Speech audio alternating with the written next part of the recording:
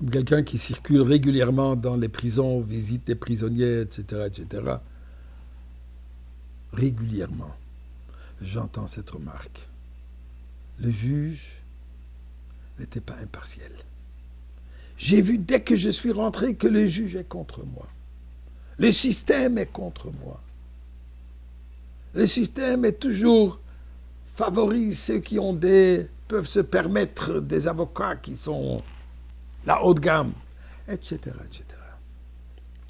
Il y a malheureusement certainement une certaine vérité là-dedans. Et la Torah nous dit dans la paracha de cette semaine, tzedek, tzedek, il faut s'assurer, le juge doit s'assurer de ne jamais montrer ou d'avoir un certain favoritisme d'un un vers l'autre, d'avoir un jugement honnête.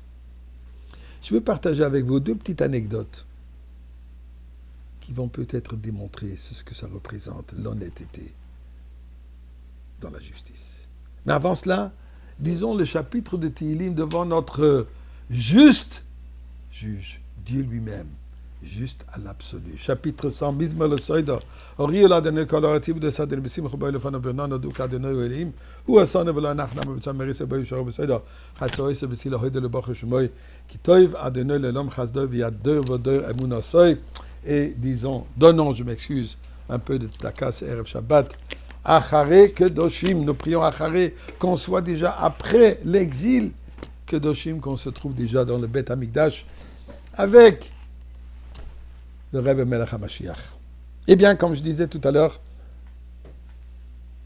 la Torah, une des mitzvot, le commandement de la paracha de cette semaine, c'est que la justice soit juste. Ceci prend toutes sortes de formes, toutes sortes de détails. On regarde dans le Rambam, les halachot, une longue liste de comportements que le juge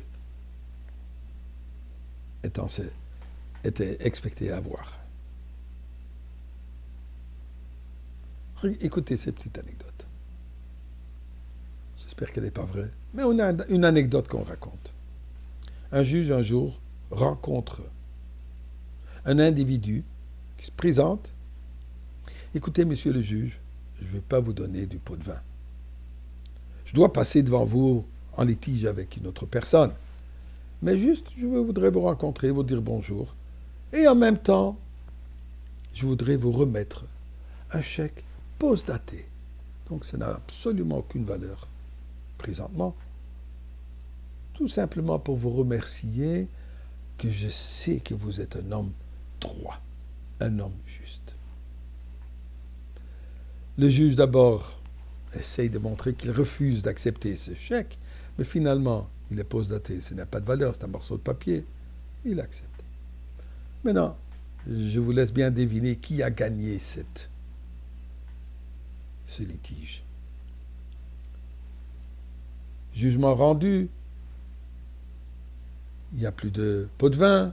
Le juge dit, maintenant je peux déposer ce chèque. Mais il s'avérait qu'il n'y avait pas de fonds pour couvrir ce chèque.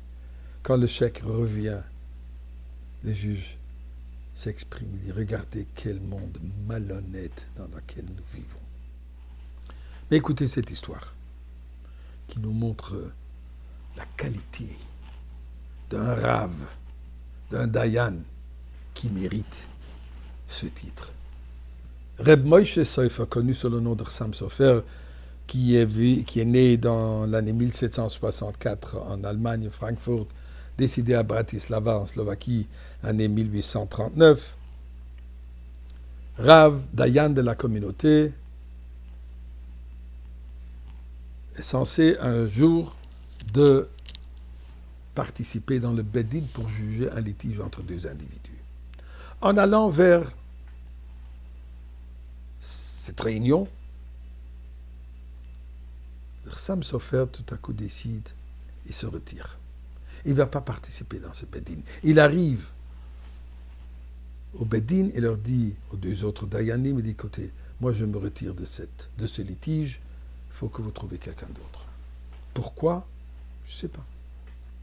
J'ai ce feeling, j'ai ce sentiment.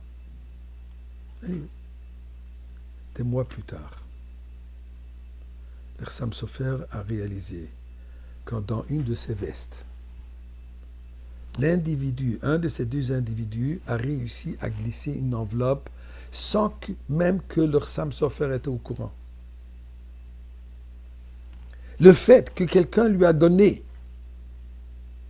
du shochad, du pot de vin, sans qu'il le sache, l'a affecté. Il a ressenti que ça l'affecte, qu'il a une certaine attirance envers cet individu. Et ceci l'a causé à se retirer. Ça, c'est ce que la Torah nous dit. La justice absolue.